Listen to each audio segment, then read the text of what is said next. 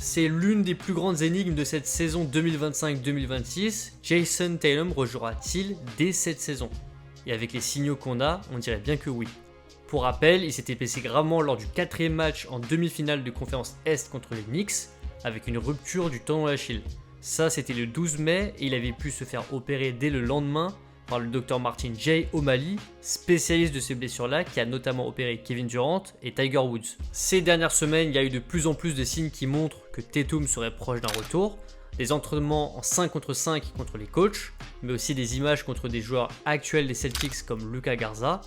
Il y a d'ailleurs eu un entraînement ouvert aux médias qui ont pu voir la progression de JT.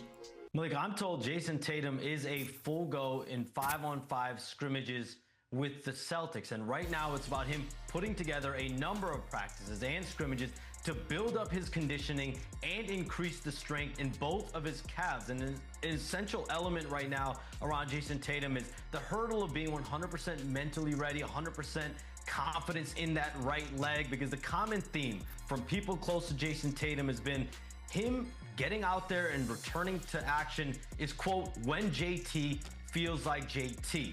Lorsque Tyrese Haliburton a subi la même blessure lors du Game 7 des finales NBA contre OKC, Indiana avait annoncé rapidement qu'il serait out pour cette saison.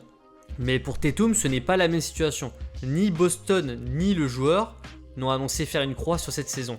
L'un des arguments aussi, c'est que vraiment il y a une raison de revenir. Au début de la saison, peu voyaient Boston être aussi performants et beaucoup annonçaient qu'ils allaient tanker, peut-être récupérer un bon pick de draft et ensuite revenir avec Tatum pour la saison 2026-2027. Mais finalement, cette équipe est surprenante, deuxième de la conférence Est avec un bilan de 38 victoires et de 20 défaites. J'en parlais déjà il y a quelques mois où j'expliquais pourquoi il y avait de bonnes raisons de croire au retour de Tatum dès cette saison. Et quand on regarde bien, il avait déjà plein de signes qui nous permettaient d'y croire. Il s'est fait opérer rapidement, il participe à tous les déplacements de son équipe, il est sur le banc à chaque match ou presque. Sa présence se fait ressentir et surtout, la volonté de ne pas annoncer sa décision, de retour ou non. Revenir après une telle blessure alors qu'on est proche de la fin de la saison régulière, il reste à peu près une vingtaine de matchs, c'est un pari audacieux. Il y a beaucoup de questions qui se posent, est-ce judicieux? Quel niveau de production pourra-t-on espérer de la part de Tatum? Et surtout, sera-t-il vraiment à 100%? Ce qui est sûr, c'est que s'il revient, c'est que les Celtics ont toutes les garanties médicales de leur côté pour espérer un retour plus ou moins à 100%.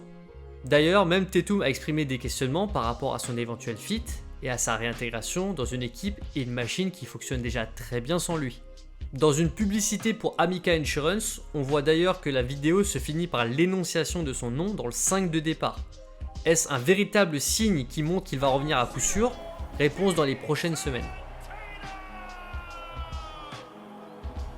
En cas de retour, Boston serait plus dangereux que jamais et ce qui est sûr, c'est que ce sera une équipe à aller chercher pour ses playoffs à l'Est. Merci à vous d'avoir regardé cette vidéo. Si vous avez aimé le contenu, n'hésitez pas à liker et à vous abonner, ça aide beaucoup pour le développement de cette chaîne. Et moi je vous dis à très vite sur Big Ticket.